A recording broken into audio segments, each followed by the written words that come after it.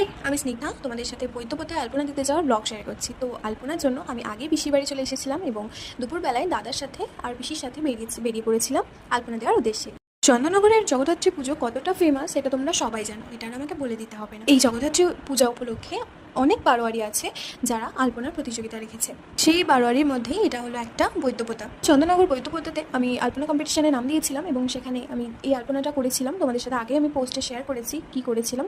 ওই দিন শুধুমাত্র বৈদ্যপতা না, আরও অনেক জায়গাতে আলপনা কম্পিটিশন ছিল যেগুলোতে একই দিনে হওয়ার কারণে আমি নাম দিতে পারিনি। এখানে সবথেকে মজার ঘটনা কি জানো, আমি জীবনে কোনোদিন কোনো কম্পিটিশনে নাম দিইনি। এই প্রথমবার নাম দিয়েছি, তাও আবার একটা ছেড়ে তিনটেতে নাম দিয়ে নিয়েছি। জানি না কতটা কি করতে পেরেছি, তবে যেটুকু পারি সবটা ওখানে উজাড় করে ঢেলে দিয়ে এসেছি। আমার কাজ তো শেষ হয়ে গেছে, কিন্তু এখানে এখনো অনেকে এরকম আছে যাদের শেষ হয়নি, তারা এখনো পর্যন্ত কাজ করছে। এই সমস্ত কিছু দেখতে দেখতে দাদা এসে যায় আমাদেরকে নিতে। আমি আর দিদি ছিলাম।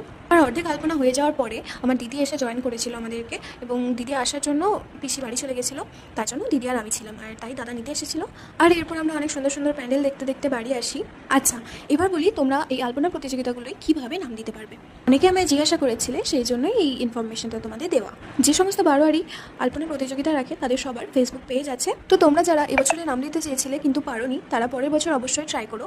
ওই পেজগুলো ফলো রাখবে, ওই পেজেতে সমস্ত ইনফরমেশন দেওয়া থাকে। জগদ্ধাত্রী পুজো শুরুর প্রায় 10 থেকে 15 দিন আগে থেকে তোমরা পেজগুলো ফলো রেখো। নাম্বার দিয়ে পোস্ট করে দেয়, ওই নাম্বারে SMS করে তোমরা নাম লিখিয়ে নিও।